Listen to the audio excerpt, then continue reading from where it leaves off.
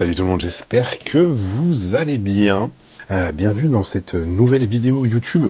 Encore une fois en retard, mais par chance, vous êtes jamais en retard puisque vous êtes abonné à cette chaîne et je vous en remercie. Et si c'est pas encore le cas, abonnez-vous pour du coup vous ne jamais être en retard sur la sortie des vidéos, contrairement à moi qui les tourne en retard à chaque fois.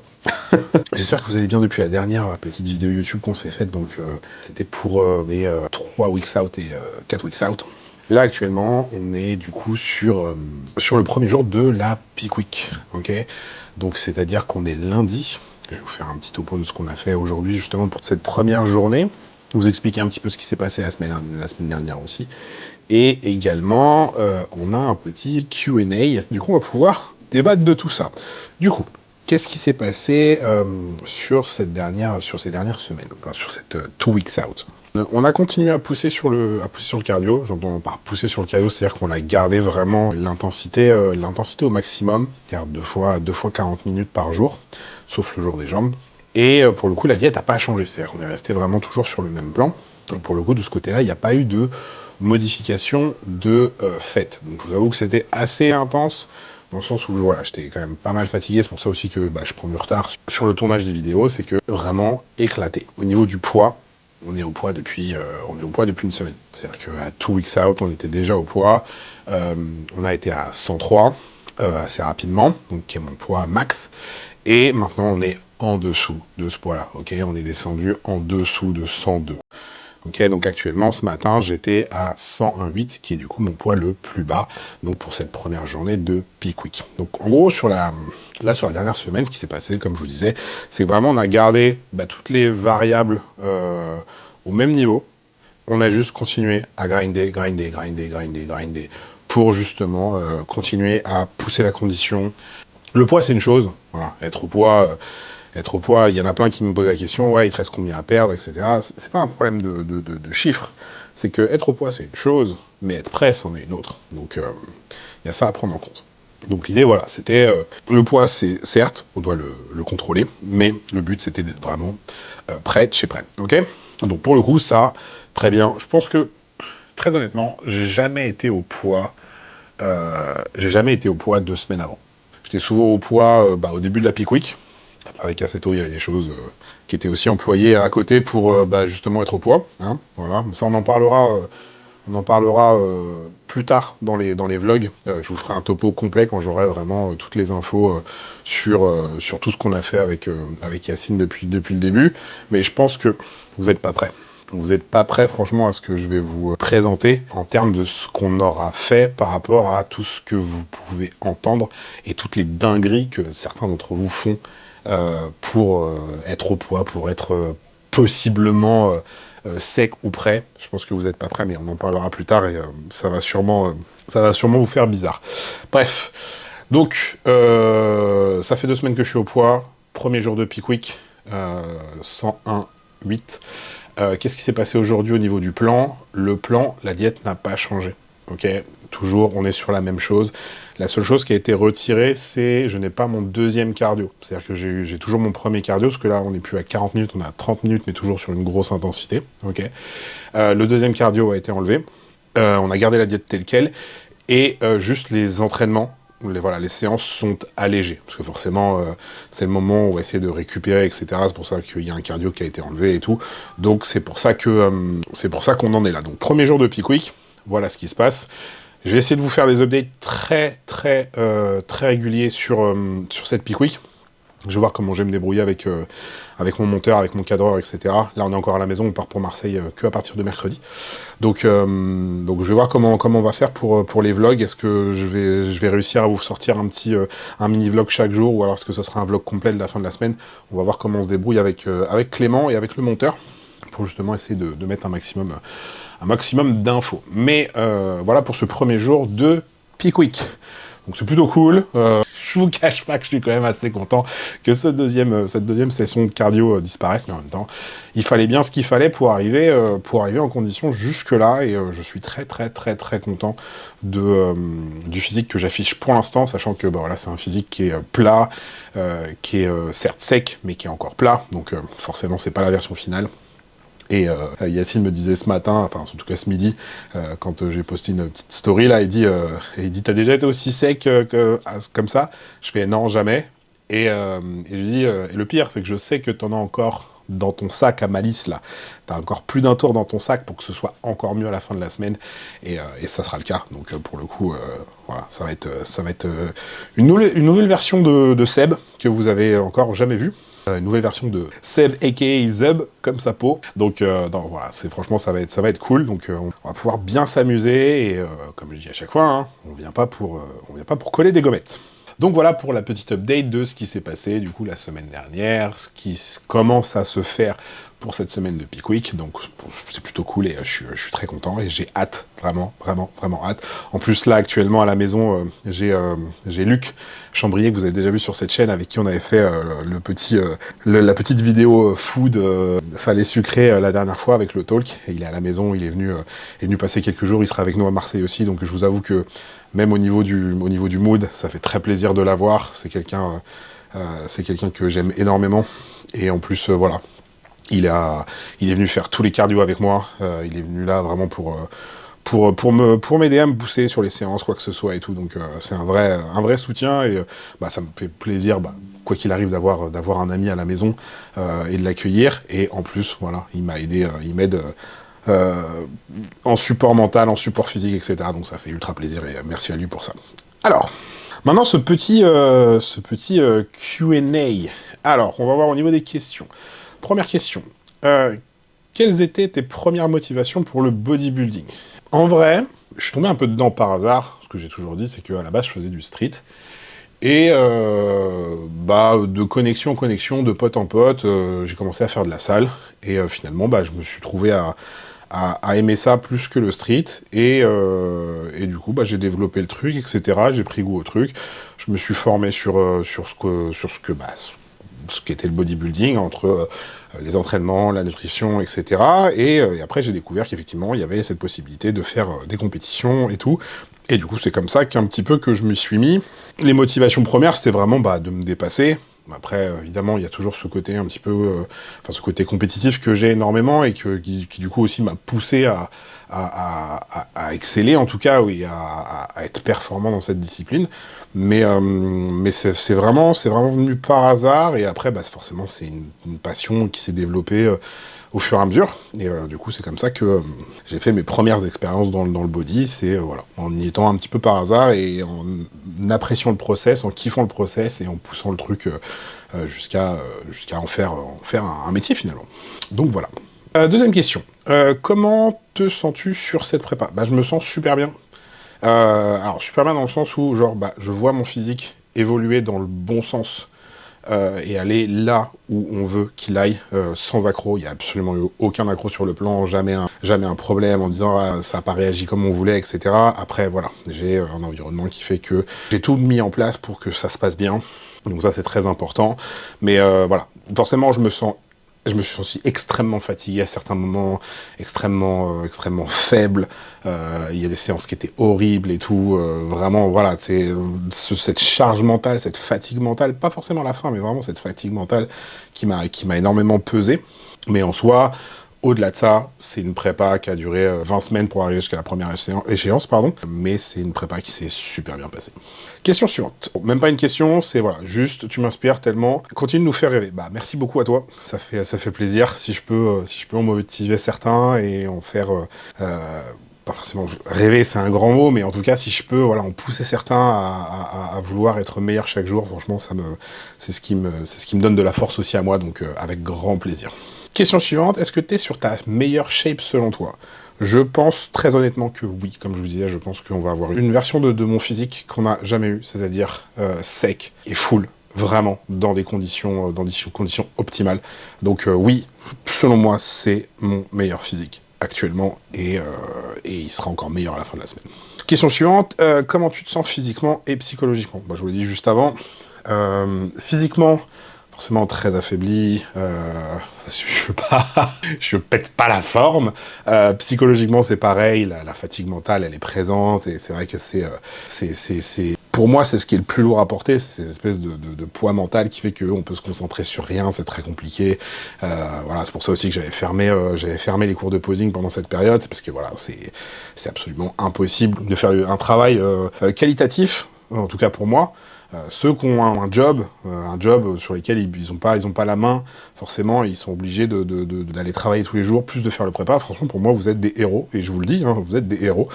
Et vous êtes surhumain. Mais pour le coup, voilà, forcément, je me suis senti, comme je disais, à des moments très down. Mais voilà, on arrive à la fin, on récolte les fruits justement de ces moments de faiblesse. On commence à les récolter là, et quand on aura fini de les récolter, ça va être sympa. Une séance à filmer, oui, pourquoi pas, un de ces quatre, mais il y en a déjà quelques-unes sur ma chaîne YouTube. C'est vrai que c'est pas le truc que je filme le plus, parce que c'est pas ce que je trouve le plus ludique. Je préfère donner des conseils en nutrition, des conseils sur voilà, la récupération, des choses comme ça, que je trouve beaucoup plus, en tout cas, utiles. Après, l'entraînement, voilà, donner des conseils sur l'entraînement, c'est forcément beaucoup plus utile. L'un comme l'autre, que ce soit la nutrition et l'entraînement, sont à égale importance dans ce sport, mais c'est vrai que c'est pas la chose que je filme le plus, et c'est vrai que souvent je préfère parler de nutrition, de récupération, d'optimisation de ce côté-là. Clairement, voilà, c'est pour ça que c'est pas le truc que je filme le plus. Question suivante, comment tu te sens à l'approche de ta première échéance? Je suis ultra excité d'y être, parce que ça va être forcément en France, donc c'est encore plus excitant, voilà, de concourir à la maison. C'est pas chez moi, mais on est en France. Après cette grosse déception, pour ceux qui ont regardé les vidéos précédentes, cette espèce de frustration et de dégoût que j'avais eu pendant un moment, qui m'a fait quasiment tout arrêter. Je trouve que c'est le meilleur endroit pour prendre ma revanche, entre guillemets, et franchement, je l'attends avec impatience. Question suivante, comment fais-tu pour poster ton physique sans te soucier des critiques? Eh ben, c'est très simple. Comme on dit, c'est toujours ceux qui ne font rien qui te critiqueront, et c'est exactement ce qu'il faut retenir. Quand tu fais quelque chose, tu seras toujours critiqué par ceux qui ne font rien, ou alors ceux qui pensent mieux savoir. Alors il y a des gens parfois qui savent mieux que toi, c'est normal, mais en général, quand quelqu'un est meilleur que toi, il va pas s'inquiéter de ce que tu fais. Ok, c'est justement ceux qui sont un peu dans cet inconfort de se sentir moins bon, ou alors une espèce de frustration personnelle venant de je ne sais où, qui vont venir te critiquer. Et c'est pour ça qu'il faut absolument pas avoir peur de poster ce qu'on fait, et quelle que soit la discipline qu'on fait. Là, on parle de body, certes, mais dans toutes les disciplines, c'est la même chose. Il y aura toujours quelqu'un pour critiquer, et franchement, il faut s'en battre les couilles, mais à 2000, quoi. Tu fais quelque chose, si tu as envie de le poster, poste-le. C'est pas une obligation de poster, de filmer, de ce que tu veux. Mais en vrai, si tu veux faire des réseaux, YouTube, Instagram, TikTok, ce que tu veux, et que tu veux poster des trucs, fais-le, parce que c'est ce que tu veux faire. Et le fais pas pour les autres. Alors effectivement, tu le fais pour montrer quelque chose aux autres. Tu n'es pas là pour justement prendre le retour des personnes malveillantes et des mauvais commentaires, mais plutôt pour prendre uniquement le bon. Il faut toujours prendre le bon des choses. Donc quand tu fais un truc, fais-le à fond. Il y en a qui ça va plaire, il y en a qui ça va pas plaire. De toute manière, on peut pas plaire à tout le monde. Et il faut pas s'inquiéter de la critique. C'est très bien, t'aimes pas ce que je fais, tu critiques ce que je fais, tant mieux. Mais moi, je le fais parce que j'aime ça, et c'est tout ce qui compte. Voilà. Donc faut vraiment pas se prendre la tête là-dessus, quoi. Alors, question suivante. Bravo pour le taf, même en sèche, jamais eu des veines apparentes sur les cuisses. Cela est dû à quoi? C'est de la génétique. C'est de la génétique, on n'est pas tous vascularisés de la même façon. Il y en a qui vont avoir beaucoup de veines, d'autres beaucoup moins. Après, forcément, pour avoir voilà, cette vascularisation apparente, il faut atteindre un niveau de sèche qui va être assez important, et encore pas forcément. Il y en a, ils ont des grosses veines apparentes toute l'année, mais c'est pareil, c'est toujours une histoire de génétique. Il y en a, ils vont avoir la veine du bibi, là, ça va être un pipeline comme ça, et d'autres, pas du tout. Mais c'est vraiment une question de génétique. Il y a forcément une question de conditions, de body fat, etc. Mais c'est avant tout une question de génétique, tout simplement. Question suivante, quel est le plus dur facile pour toi dans cette préparation? Je l'ai dit, c'est vraiment cette fatigue mentale, en fait, qui permet, pour moi, de pas pouvoir faire mon travail correctement, donc c'est pour ça que je préfère le stopper. Et au-delà de ça, cette fatigue mentale, elle se fait aussi sur le fait de ne pas pouvoir se concentrer. Donc c'est-à-dire que même en essayant de regarder un film, une série, etc., on a du mal à se concentrer sur ce qu'on regarde et ça devient tout de suite assez pesant parce que on n'arrive pas à s'occuper, il y a une espèce d'ennui qui s'installe en mode genre putain je me fais chier, en même temps j'essaie de regarder un truc mais j'arrive pas à me mettre dedans, etc. Donc c'est vraiment la fatigue mentale qui est le plus dur pour moi, c'est pas la fin. Je dis pas, hein, je suis content quand l'heure des repas arrive, ça y a aucun problème, mais c'est vrai que c'est pas le plus dur pour moi, c'est vraiment cette fatigue mentale, et puis au bout d'un moment la fatigue physique qui fait que les cardio deviennent durs, les entraînements deviennent durs aussi, donc forcément voilà, c'est vrai que c'est assez compliqué. Question suivante. Pour bosser ton posing, tu demandes un avis extérieur? Absolument pas. Depuis que je pratique le posing, depuis que je fais du bodybuilding, j'ai pris un seul cours dans ma vie, et je l'ai pris en 2023, 2024.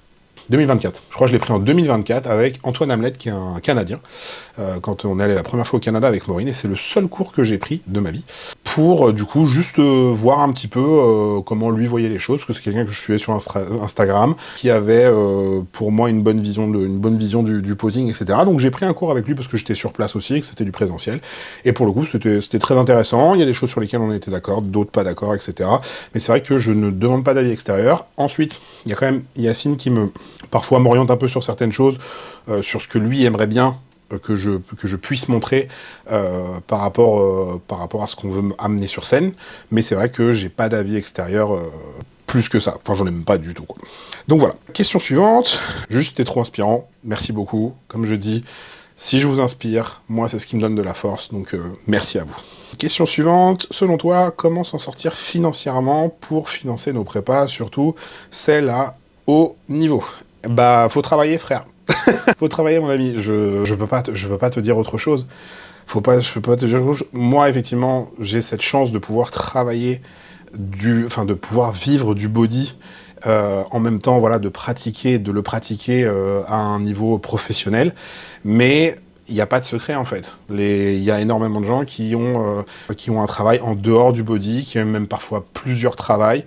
Et c'est la seule façon, en fait. La seule façon de financer tes prépas, c'est d'économiser de l'argent, de faire de l'argent et de travailler. Parfois, c'est peut-être plus intelligent de sauter une année et de mettre de côté pour pas te mettre dans le rouge, pour pouvoir derrière faire une prépa sans te dire ah bah ouais mais là ce mois-ci je vais être dans le rouge à cause de la prépa, etc. Voilà, donc c'est juste, il n'y a pas de secret, c'est entre guillemets, malheureusement il faut travailler et faire de l'argent pour financer les prépas, il y a pas de secret du tout. Question suivante, que penses-tu de cette méthode de travail avec Yacine comparée à avant? C'est exactement ce qui me correspond moi, c'est-à-dire que c'est à l'ancienne. Vous allez en chier. C'est-à-dire que, comme je disais, voilà, le cardio a été poussé jusqu'au bout.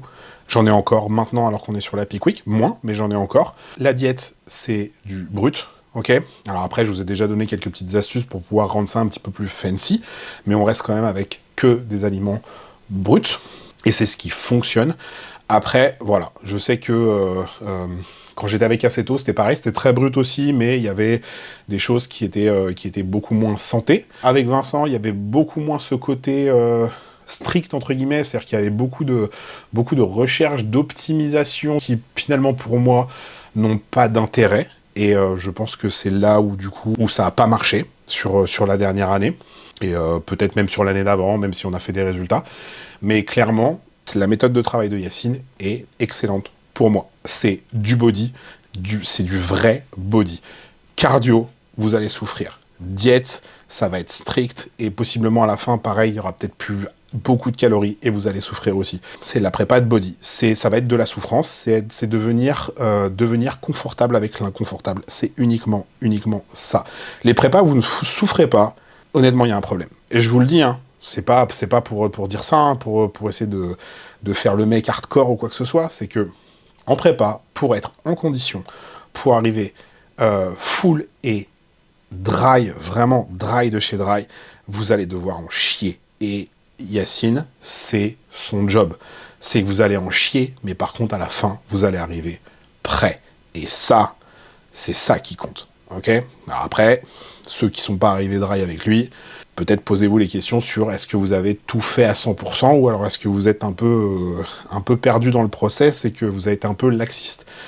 Pour le coup, Voilà, moi j'ai tout fait à 100%, à 200% même, et les résultats sont là, et je suis pas spécialement plus gifté de manière génétique qu'un autre ou quoi que ce soit. La diète, je l'ai mangé, le cardio, je l'ai fait, j'ai tout fait. Ok. Et pour tout ce qui est à côté, croyez-moi, et je vous le dis, il y a très peu de choses.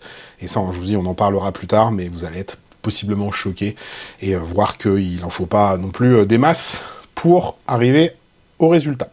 Question suivante, bientôt l'échéance, comment tu te sens du coup? Ce que je disais juste avant, bah je me sens super excité et ça va être un truc de ouf, ça va être une folie, j'ai vraiment hâte. Et à la fin de la semaine, là, ça va être la folie. Franchement, j'ai hâte, même, voilà, voir un petit peu la fin du process, comment Yacine travaille sur cette fin de process, sur cette fin de peak week, parce que ça va être notre première peak week ensemble. Voilà, j'ai hâte de découvrir le process, et j'ai hâte d'être sur scène, juste pour kiffer, vous faire kiffer, et qu'on kiffe tous ensemble, et qu'on reparte avec la victoire, quoi. Et dernière question, différence d'approche entre ta prépa de l'an passé et celle-ci dans l'approche et le ressenti. La différence d'approche, comme je disais, c'est une différence d'approche qui va être complètement brute. Comme je disais, c'est très brut, c'est du body, à l'ancienne, avec de la modernisation, bien évidemment, mais une approche qui fonctionne.